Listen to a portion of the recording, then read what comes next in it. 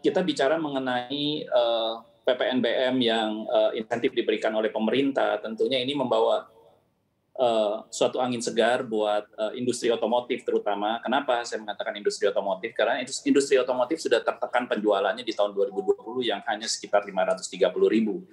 Nah, pemerintah memberikan insentif PPNBM dengan sendirinya tadi sudah disampaikan bahwa terjadi lonjakan pada mobil baru, dan lonjakan ini tentu membawa suatu hal yang positif bagi industri pembiayaan, di mana industri pembiayaan bisa juga mendapatkan opportunity untuk membiayai para debitur-debitur yang membeli mobil baru ini jika ingin mendapatkan fasilitas pembiayaan, demikian. Baik, Demikian, lalu Mbak seperti Nanda. apa dampaknya nanti apabila diskon PPNBM ini lalu berganti menjadi lebih kecil begitu terhadap penjualan dan juga mungkin pada target yang sudah diharapkan oleh APPI?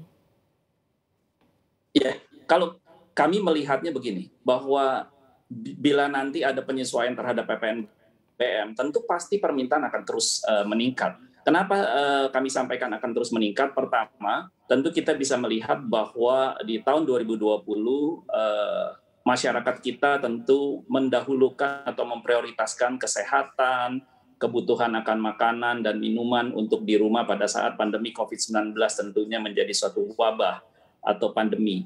Nah, dan kita juga mengetahui bahwa bagi para pembeli mobil baru misalnya di tahun 2016, 2017, kalau dijumlah itu sekitar 2 juta, pastinya mobil-mobilnya sendiri sudah cukup umur, artinya sudah 5 tahun, bahkan ada yang 6 tahun. Inilah kesempatan di mana adanya insentif, yaitu dengan harga yang lebih murah, terjadi pengurangan harga karena PPNBM. Meskipun nanti PPNBM terjadi penyesuaian, tetap akan ada insentifnya, demikian Mbak Neke, karena tetap harganya akan lebih murah. Nah, inilah saat-saat di mana para pembeli kendaraan yang misalnya harus mau mengganti kendaraan tersebut, sekitar 2 juta kendaraan yang dibeli 4-5 tahun yang lalu, 30% saja kita melihat bahwa mereka berpikir untuk mengganti kendaraannya. Kesempatannya adalah pada saat-saat ini, di mana insentif ini kan masih secara bertahap, misalnya di awal yang untuk 1.500 ke bawah 100% pengurangannya,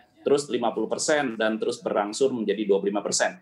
Nah, tentu ini merupakan suatu kebijakan yang dapat mendorong penjualan otomotif. Namun demikian juga perlu diketahui, di mana penjualan permintaan meningkat, dealer-dealer ini stoknya saat ini kurang nih Mbak Neke. Kurang begitu ya. Lalu kalau misalnya kita lihat data Kementerian Keuangan, ini kan katanya peningkatannya sampai 227% begitu. Bahkan kalau menurut Gaikindo ini juga sudah menyamai penjualan ketika sebelum pandemi begitu, sudah 80.000 unit setiap bulannya. Lalu kalau untuk perusahaan pembiayaan sendiri ini berapa persen sih naiknya, Pak Suandi?